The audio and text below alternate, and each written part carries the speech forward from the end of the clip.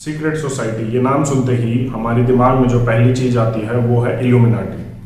बेशक से इल्यूमिनाटी एक ऐसी सीक्रेट सोसाइटी है जो आज सबसे ताकतवर है और अपनी ताकत को लगातार बढ़ा रही है और पूरी दुनिया में आज एग्जिस्ट कर रही है।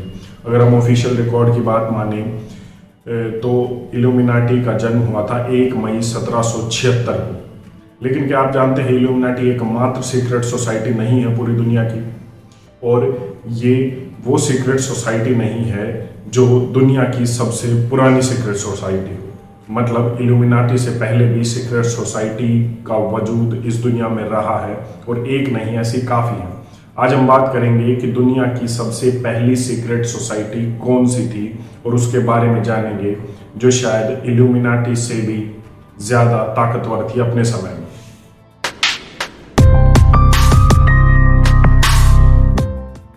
सीक्रेट सोसाइटी वो लोगों का समूह होता है जो पर्दे के पीछे काम करते हैं और छोटे मोटे नहीं, बड़े बड़े काम करते हैं। ये कभी भी अपनी आइडेंटिटी रिवील नहीं करते, मतलब उनका नाम, उनकी संस्था का नाम कभी भी सामने नहीं आता। काम बेशक से वो कर रहे हैं। सीक्रेट सोसाइटीज को सीबीआई, रॉ, आईएसआई, मोसाद जैसी ऑर्गेनाइजेशन से काफ़ी हटकर माना जाता है, क्योंकि मोसाद, रॉ जैसी संस्थाओं का वजूद होता है ऑफिशियल रिकॉर्ड्स में, लेकिन सीक्रेट सोसाइटीज का कभी भी वजूद नहीं होता।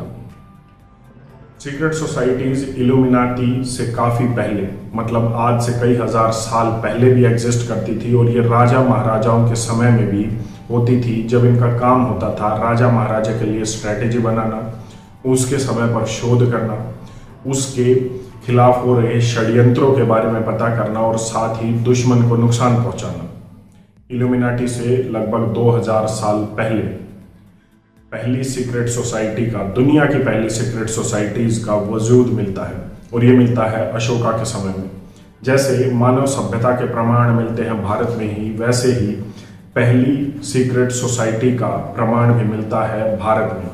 अशोका द ग्रेट, हम सभी जानते हैं अशोका द ग्रेट की एक सीक्रेट सोसाइटी थी। उसके दरबार में 9 व्यक्तियों का एक समूह था, जिसे 9 अननोन मैन भी बाद में कहा गया। ये 9 वो लोग थे जिनको सीक्रेट सोसाइटी के मेंबर माना जाता था, और वो अलग अलग विषयों पर बात करते थे, अलग अलग विषयों पर रिसर्च करते थे।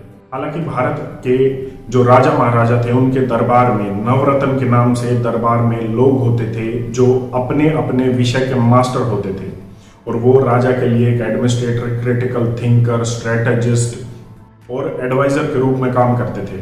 लेकिन जब बात आती है अशोका द ग्रेट की सीक्रेट सोसाइटी की और उन 9 अननोन मैन की, तो ये उन राजा महाराजाओं के नवरत्न दरबार से काफ़ी अलग थी, क्योंकि अशोका द ग्रेट की सीक्रेट सोसाइटी में जो लोग थे उन्हें अलग अलग विषयों पर मास्टर्स और रिसर्च करने के लिए जो है तैयार किया गया था। यही नहीं, अशोका द ग्रेट ने इतिहास से प्रमाण मिलते हैं कि अशोका जो राजा था, या राजा अशोक जिसे हम हिंदी में कहते हैं, वो ये मानता था कि नॉलेज इज पावर, मतलब जो असली ताकत है वो ज्ञान में है।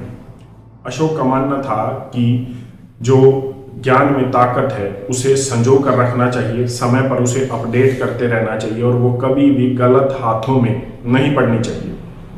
राजा अशोक ने इसलिए अपने समय के 9 सबसे बुद्धिमान लोगों को इकट्ठा किया और एक समूह बनाया। उसकी आइडेंटिटी राजा अशोक के अलावा किसी को भी नहीं थी, चंद चुनिंदा लोगों में से। इसके बाद वो अलग अलग विषयों पर रिसर्च करते हैं, जैसे कि उस समय propaganda, cosmology, communication, gravity, microbiology, ये उस समय के विषय थे जब सम्राट अशोक ने इन 9 लोगों को इन विषयों पर काम करने के लिए इकट्ठा किया। अगर इनमें से किसी भी व्यक्ति को समूह से बाहर निकाला जाता, या वो बाहर हो जाता किसी भी कारण से, ही उसकी मौत हो जाती, या फिर उसे बीमारी हो जाती, या वो किसी भी तरीके से अगर समूह का हिस्सा नहीं होता, तो किसी एक कैपेबल सक्सेसर को इस समूह में जोड़ लिया जाता, और हर वक्त इस सीक्रेट सोसाइटी में 9 लोग ही होते थे। काफ़ी जगहों से ये जानकारी भी मिलती है कि अशोका की इस सीक्रेट सोसाइटी के जो 9 मेंबर थे वो कंट्रोवर्शियल विषयों पर भी काम करते थे, जैसे कि द टच ऑफ डेथ, मतलब आप एक बार किसी व्यक्ति को हाथ लगाए और उस व्यक्ति की मौत हो जाए। उस पर भी काम किया जाता था। और आज का जो कराटे है, जूडो जिसे हम कहते हैं, वो उसी सीक्रेट सोसाइटी के द टच ऑफ डेथ की एक डिस्टॉर्टेड नॉलेज है। मतलब उसे धीरे धीरे वो नॉलेज खत्म होती गई, लेकिन जैसी तैसी भी है वो आज जूडो के कराटे के रूप में हमें दिखती है कि कैसे एक कराटे में एक व्यक्ति एक अपने सामने वाले ओपोनेंट को एक हाथ लगाता है और उसकी मौत हो जाती है। ये उसी सीक्रेट सोसाइटी का कहीं ना कहीं उसकी एक डिस्टॉर्टेड नॉलेज का हिस्सा है। जानकारी तो यहाँ तक भी मिलती है कि अशोका की 9 अननोन मैन की जो सीक्रेट सोसाइटी है, उसमें जो कम्युनिकेशन का विषय था, जो सब्जेक्ट था, जिस पर काम होता था, उसमें एलियन से भी बात की जाती थी और ऐसी टेक्नोलॉजी उस समय में थी। यहाँ तक कि कुछ लोग ये कहते हैं कि doctor APJ Abdul Kalam, Isaac Newton इसी 9 अननोन मैन की, मतलब अशोका द ग्रेट की इस सीक्रेट सोसाइटी के सदस्य थे, उसके मेंबर थे। हालांकि इस पर कोई प्रमाण नहीं मिलता, लेकिन फिर भी ये कुछ ऐसी बातें हैं जो कहीं ना कहीं आपको सुनने को या पढ़ने को जरूर मिल जाएंगे।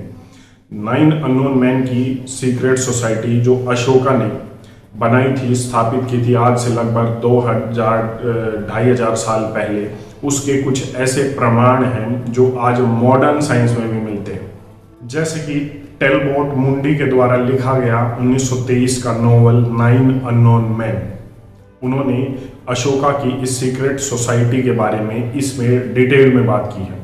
इस नोवेल को आगे और भी फेमस किया गया द मॉर्निंग ऑफ मैजिशियन किताब, जो 1960 में लिखी गई, जिसे लिखा था लुइस पैवेल्स और जैकब्स ने।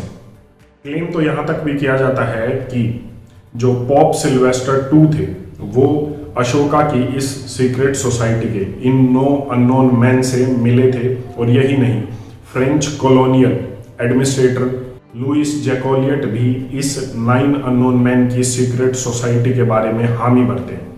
खैर जो भी हो, इतना ज़रूर है कि एक सीक्रेट सोसाइटी इल्यूमिनाटी से कई 100 साल, 1000 साल पहले काम में थी।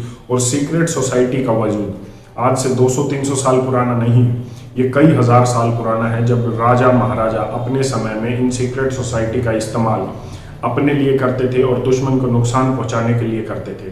साथ ही ये प्रमाण जरूर देता है कि भारत में आज से कई हजार साल कॉस्मोलॉजी, माइक्रोबायोलॉजी, प्रोपेगेंडा के साथ साथ कम्युनिकेशन पर भी रिसर्च होती थी, जो सीक्रेट सोसाइटीज़ करती थी, जो राजा महाराजा अपने एरिया में करवाते थे। और वहाँ पर एलियन से भी बात करने के लिए भी रिसर्च होती थी।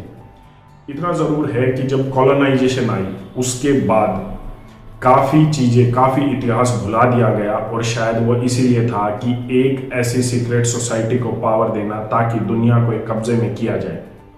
इतना काफ़ी है ये प्रमाणित करने के लिए कि भारत में कॉलोनाइजेशन से पहले जो विज्ञान था वो काफ़ी डेवलप्ड था, और हम आज का जो विज्ञान है उससे काफ़ी ऊंचे स्थान पर थे, और उससे कहीं ज़्यादा रिसर्च भारत में होती थी।